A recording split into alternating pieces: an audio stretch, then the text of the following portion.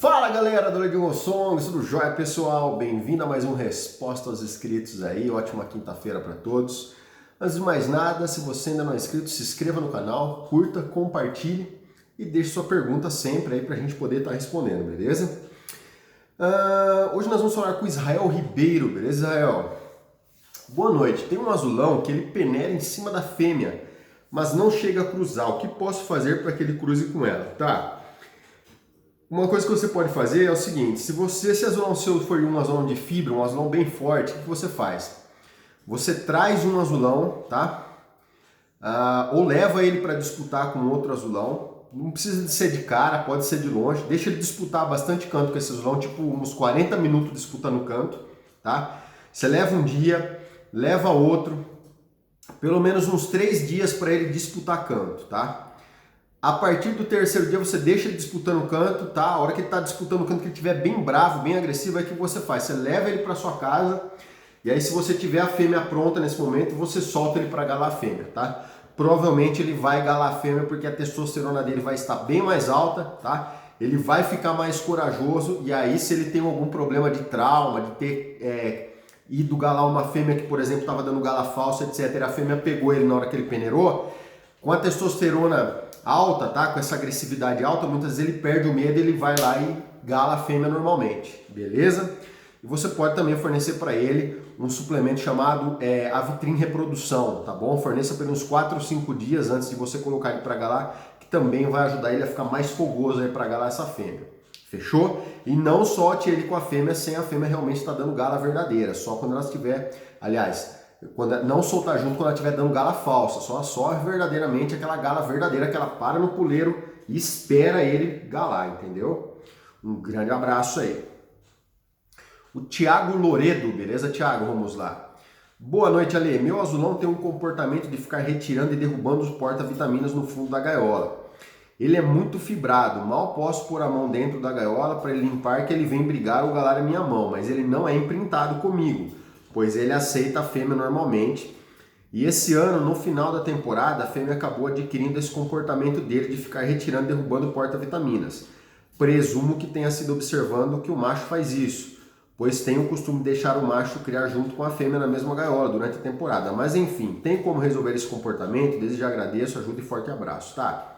Tiago, é o seguinte, tá? O fato desse passarinho seu, ele tá vindo brigar com a sua mão, sim, ele é imprintado com você, só que não é imprintado como se você fosse uma fêmea, ele é imprintado como se você fosse um provável, tá?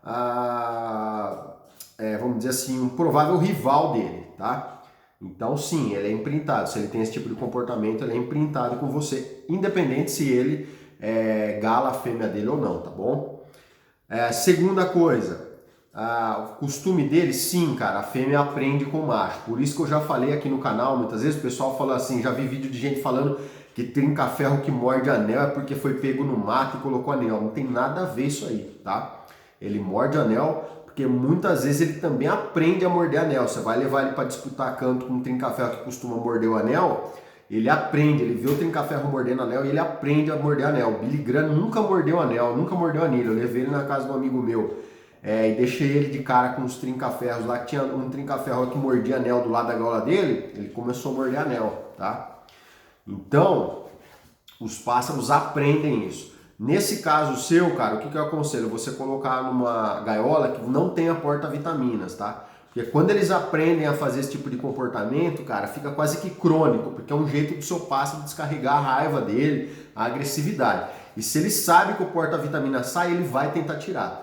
Ou você faz isso, ou você pega esse porta-vitamina, tá?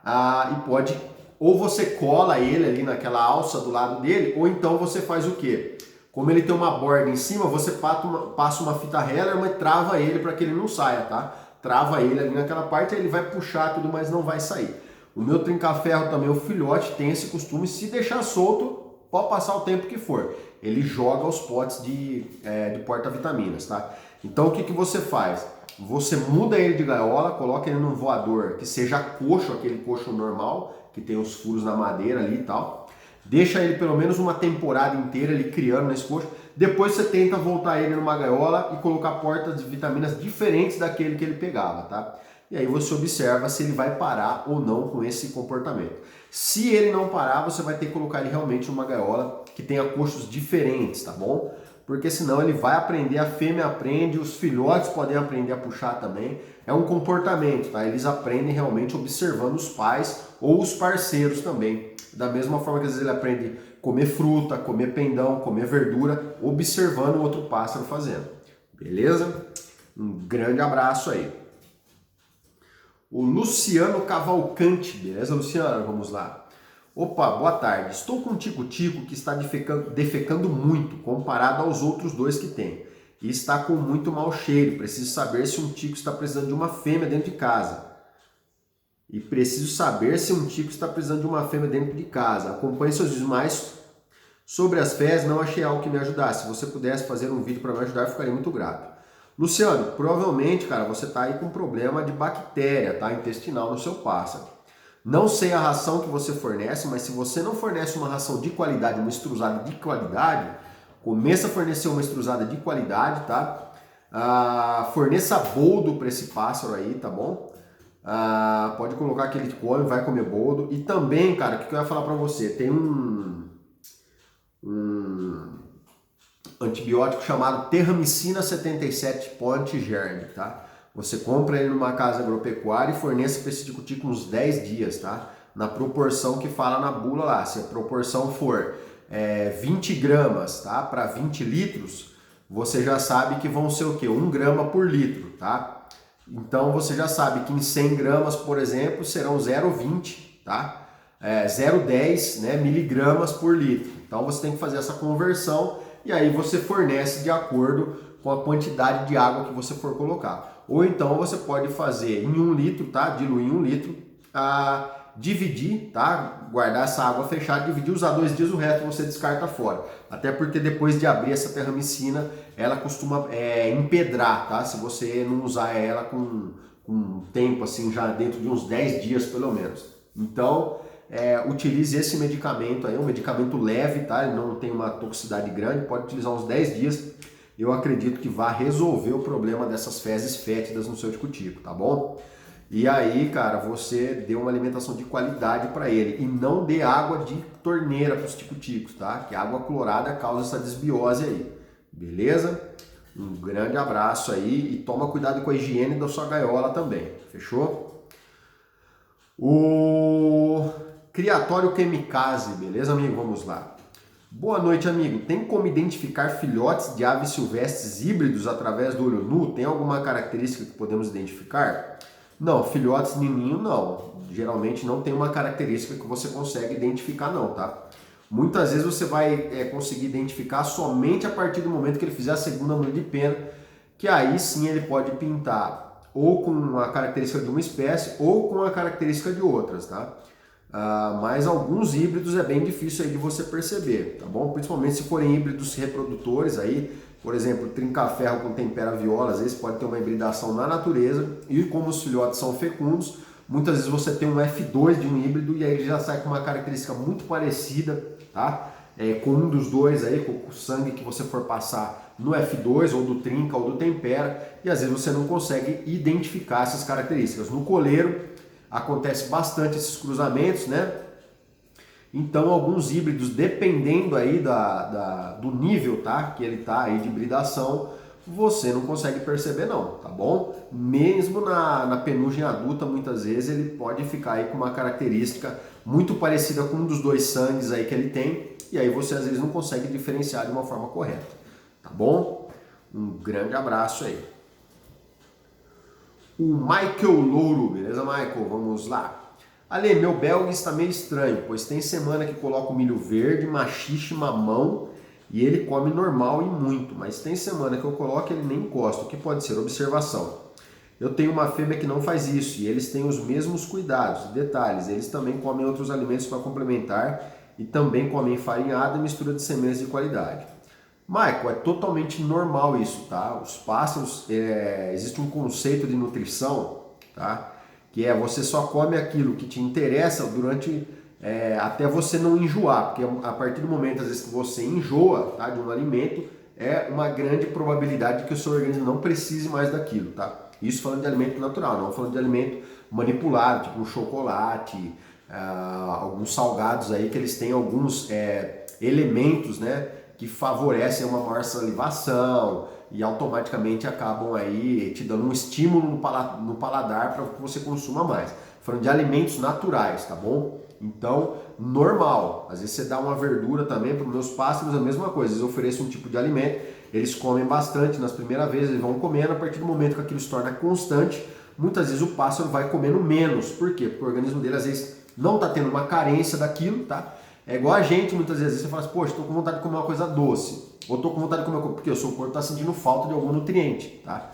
Então é normal com as aves também. Nem sempre, não é toda semana que você vai colocar um alimento diferente que o seu pássaro vai comer bastante, tá bom? Um grande abraço aí. O Felipe Lupa, beleza, Felipe? Vamos lá. Oi, Ale, me chamo Felipe, queria saber como posso saber se meu azulão pardo é fêmea ou macho, também qual a diferença do azulão pro azulinho, tá? Cara, azulão pardo é macho ou fêmea, cara, na verdade, você vai ter que fazer um exame de sexagem, tá? Não tem aí como você, como é que fala? Como você fazer uma diferenciação entre o filhote, tá? Eu sei que tem muito mito aí na internet, o pessoal falando, mas é tudo mito. Pássaros pardos, na maioria das vezes, os esporofilas, por exemplo, você vai ter sim que fazer um exame de sexagem para poder estar sabendo o sexo desse azulão, tá? Outra coisa, cara, você perguntou para mim a diferença, né, do... Peraí um pouquinho. A diferença do azulão pro azulinho, né? Tá, cara, basicamente a diferença do azulão pro azulinho, o azulinho tem um porte menor, tá? Ele tem o bico menor também, a cabeça dele é menor. Ele tem também uma incidência um pouco menor. A gente vai ter como é que fala? O canto também, tá? Tem uma diferença no canto do azulinho também. O azulinho ele costuma ter um canto um pouco mais... como é que eu posso te falar, cara? Um canto um pouquinho mais embolado, tá? Não é um canto às vezes tão... mais melódico, é um canto mais... tipo meio que... Sabe um coleiro quando ele canta meio que churiado e um coleiro quando ele canta mais assobiado? O canto do azulinho, ele é um canto um pouco menos claro as notas, tá? É uma nota um pouco mais... um pouquinho mais embolada, tá bom? Em relação também à distribuição, cara, o azulinho tem uma distribuição bem mais restrita, né? Enquanto o azulão, ele vai desde a região sul até a região norte, tá? O azulinho ali, ele fica mais do sul aí até o centro-oeste, mais ou menos, tá bom? Então você não vai ter muita ocorrência dele, por exemplo, ao norte do país, lá, né? Mais ao norte mesmo, no alto do país. Cara, basicamente é isso. A alimentação deles é bem parecida, tá? A coloração deles também é um pouco parecida, sendo um azulinho, cara, um azul mais claro, tá? Não é um azul, não é aquele azul tão escuro. O azulinho parece que ele é um pouco mais claro e também as penas, tá? Da asa dele também é um pouco mais azul, assim, na questão... sem ser nas reninhas, naquelas penas mais grandes, tá? No contorno da asa também dele é um pouco mais claro do que o azulão, o escuro, tá? O azulão escuro tem um contorno um pouco menor também. Que mais, cara, que tenha mais assim de diferença, cara? Olha, basicamente é isso, tá? Basicamente é isso. E ele também tem uma diferencinha que a gente pode ver às vezes, se você colocar, o azulinho costuma ter a perna um pouco mais comprida, o azulão tem uma perna mais curta, tá bom? Cara, basicamente são essas diferenças aí que você vai ver, mas a mais assim marcante eu acredito que é realmente no tamanho, tá? O azulinho ele é um pouco menor do que o nosso azulão comum aí, tá? Então, essa daí são as diferenças, beleza? Qualquer dúvida mais específica aí que você tiver, aí você me dá um toque que a gente responde, beleza? Um grande abraço aí. Vamos lá.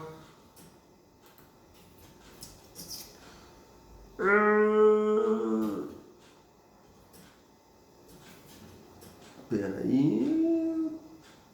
Tá, outra aqui. Vamos lá. Do Ravi Silva, acho que é Ravi. Boa noite, me chamo Ravi. Tem um canário belga que cantava muito, mas agora ele diminuiu a cantada. Será que é porque ele está mudando a pena?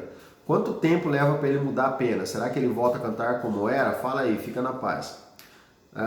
Ravi, sim, cara. Se ele entrou na muda de pena, ele vai demorar de 3 a 4 meses às vezes. Entre a muda, enxugar a muda e começar a cantar, ele pode demorar de 2 a 3 meses até 4 meses, tá? A gente está em maio, então se ele estiver mudando pena agora, provavelmente ele vai cantar junho, julho, agosto, aí agosto, começo de setembro, né? Ou seja, na próxima temporada realmente reprodutiva, tá? Totalmente normal, fica tranquilo, que é assim mesmo que funciona a coisa, tá bom? Um grande abraço aí. O Luiz Gustavo Vanzolini, beleza, Luiz? Vamos lá. Ale, boa noite. Tem um bicudo de 9 anos. Na temporada passada, tentei colocar ele como galador, mas ele só peneira e não completa galo. O que pode ser? Um abraço, obrigado. Luiz, exatamente, pode ser duas coisas, né? Ele pode não estar pronto o suficiente, tá? Ele pode estar com uma baixa testosterona, pode estar faltando vitamina, por exemplo, vitamina E e selênio, né? Que você vai achar aí num suplemento para reprodução, tipo a Vitrin reprodução, um Fertivite da vida, tá? Você pode estar fornecendo para ele. E um outro estímulo, né? Que é aquele mesmo estímulo que eu falei para o nosso amigo do azulão, que é você colocar ele para disputar com outro bicudo, tá? Fazer com que ele entre numa disputa territorial com esse outro bicudo, tá? Você deixa ele disputar canto com o bicudo um dia, 2 dias, tá? No terceiro dia você deixa ele disputar canto uma meia hora, uns 40 minutos ali disputando. Se ele for de briga, você dá uma encostadinha na gaiola e já tira, só para estigar o passo, não deixa ele pegar, mas deixa ele muito estigado, muito agressivo mesmo. E aí você leva esse outro bicudo para fora, você traz ele para a fêmea e mostra. Na hora que a fêmea pedir gala, você solta e provavelmente você vai conseguir executar uma gala perfeita com esse passo. Por isso que eu falo para vocês que é importante muitas vezes esse treinamento na natureza, o passeio na natureza, que na natureza eles entram nessa disputa territorial e essa disputa territorial faz com que a testosterona do pássaro ela fique elevada, favorecendo, né, a parte reprodutiva, né? Não tem aqueles estudos que falam a respeito dos presídios americanos, né, que os caras eles estão lá dentro do presídio, como eles vivem naquela certa tensão ali, eles estão treinando ali, os caras costumam ficar bem forte, né, na cadeia, por quê? Porque tá com a testosterona alta, porque a todo momento ali eles estão naquela tensão de uma briga, etc. E isso eleva a testosterona, tá? Favorecendo, logicamente, a hipertrofia muscular, tá bom? Existem alguns estudos falando sobre isso, quem tiver interesse é só procurar aí, tá bom? Um grande abraço. O Pangeia Food, beleza, amigo? Vamos lá. Faço um vídeo para dizer qual é a diferença entre a sabiá branca e laranjeiras, diferença de canto, de personalidades, etc.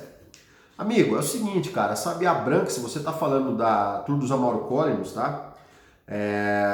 Cara, as sabiás em si, sabiá branca, sabiá parda, sabiá baiana, sabiá coleira, sabiá laranjeira, tá? Sabiá una, etc. Elas têm comportamentos muito parecidos, tá? Até do próprio gênero delas, né? Então, a diferença você vai ver de canto. Sabiá branca ela tem um canto um pouco mais embolado, tá? Não é aquele canto flauteado tão limpo, tá? É um canto mais cadenciado. A sabiá laranjeira ela costuma cantar com as notas mais limpas, né? Um canto mais gorjeado, assim. Uma característica além da cor, né? Delas que são totalmente diferentes. Você tem uma questão de comportamento que a sabiá laranjeira costuma ser um pouco mais arisca, tá? Ela costuma ser uma ave bem mais arisca do que a sabiá branca. Hábitos reprodutivos são muito parecidos, tá? Elas fazem ninhos também em lugares muito parecidos. A alimentação dos filhotes é a mesma também, insetos e minhocas, tá? Todas elas se alimentam de frutas, de insetos, tá? Cara, e personalidade, cara, é igual, tá? Todas elas são violentas quando estão no período reprodutivo, todas elas defendem o seu território com muita avidez, tá? Travando brigas aí bem sérias. Costumam andar em casais também, todas elas juntas. Os filhotes também costumam acompanhar os pais aí até uns 50 dias de vida, mais ou menos, tá? E também, cara, você tem como é que fala? A questão delas frequentarem os mesmos locais, bordas de mata, tá? Lugares onde se fazem plantios e jardins. Então, são muito parecidas, cara. Realmente muda a questão da cor e realmente muda a questão de campo, tá bom? Um grande abraço. Agora, se você tiver uma dúvida mais específica, algo que seja uma particularidade, alguma coisa assim que você quer saber, aí você me escreve que for mais fácil de eu falar para você, tá bom? Um grande abraço. O Matheus Rolim, beleza, Matheus? Vamos lá. Posso fornecer minhocas para o meu tico-tico? Matheus, pode fornecer minhocas para o seu tico-tico, tá? Porém, não é todo tico-tico que pega minhoca. Os meus nenhum pegam minhoca. Não sei porquê, mas eles não se alimentam de minhoca aqui, tá? No meu plantel, nenhum dos meus tico-ticos comiam minhoca. Caso o seu tico-tico coma minhoca, é importante você fazer uma vermifugação nele, tá? Pelo menos uma vez por ano, porque as minhocas, tá? Elas são intermediários aí de algumas verminoses, tá? Então o verme, às vezes, ele precisa da minhoca para fazer o ciclo, porque a partir do momento que o pássaro se alimenta da minhoca, tá? Ele consegue parasitar o pássaro. Então, ele é um hospedeiro intermediário de algumas verminoses. Então é importante, se você for usar a minhoca na alimentação dos seus pássaros, você fornecer também, fazer uma vermifugação pelo menos uma vez ao ano aí, beleza? Pessoal, vou ficando por aqui então. Um grande abraço a todos, fiquem com Deus, curta, inscreva-se, compartilhe e deixe sua dúvida que assim que possível estarei respondendo para vocês. Valeu!